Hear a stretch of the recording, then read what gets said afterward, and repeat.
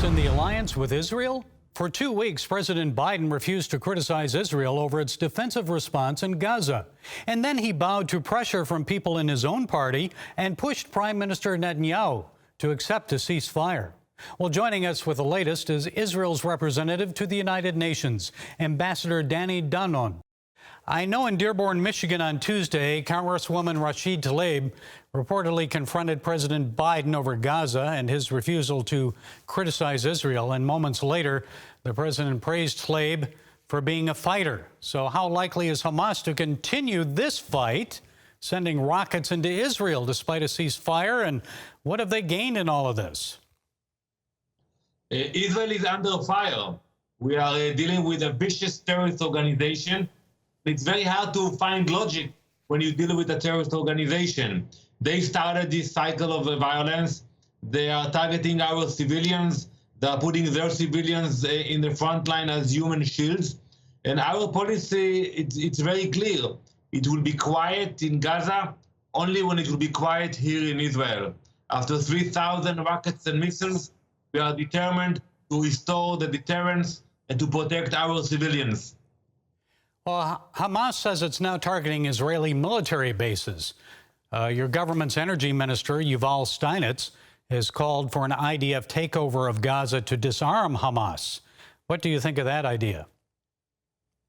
So the cabinet decided before the operation that the goal will be to target Hamas and its leaders and to restore deterrence. I don't think in this cycle we are speaking about a major ground operation.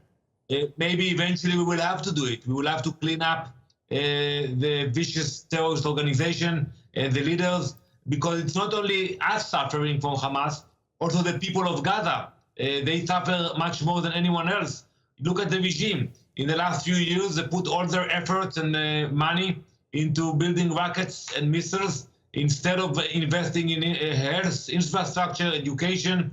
So the day the Hamas will be destroyed, it will be a big celebration in Israel, but also in Gaza. Yeah, it seems like their leadership is living quite well while the average Palestinian is suffering. So here in the U.S., former Vice President Pence wrote an article this week asserting that President Biden's reversal of Donald Trump's Middle East policy has led to this violence because the United States is now, according to him, displaying weakness in the Middle East. Your thoughts?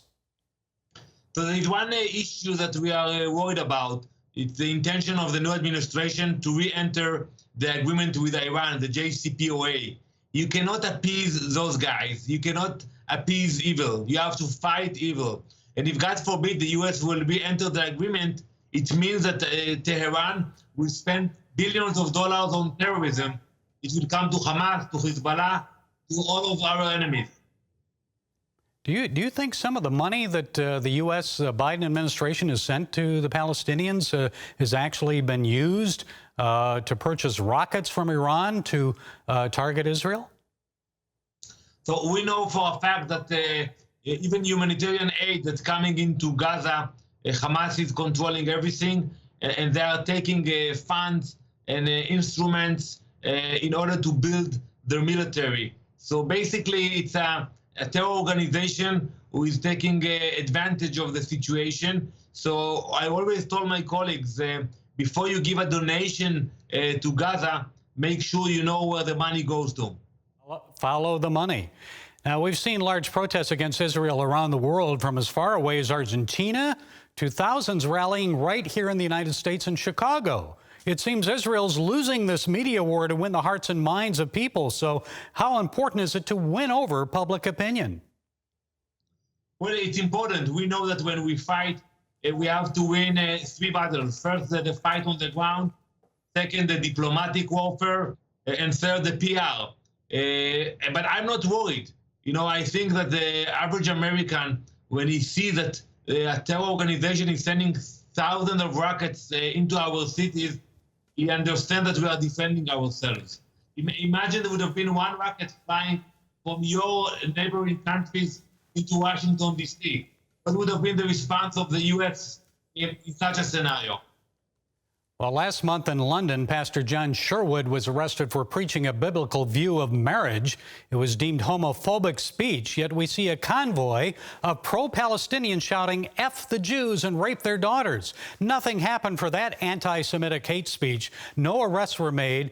It seems we see a lot of this when Israel takes defensive action against Hamas. So how concerned are you about rising anti-Semitism in Europe and right here in the United States? I am very concerned about that. We have seen anti-Semitic attacks all around the world. Even in Los Angeles, where we saw innocent Jews being attacked only because they were identified as Jews. We call the governments to take strong actions against those radicals and to put them in jail. We shouldn't sit idly by when you see those kinds of attacks. Okay, Israel's representative to the UN, Ambassador Danon, thank you for sharing your time and insights. We appreciate you. Thank you very much.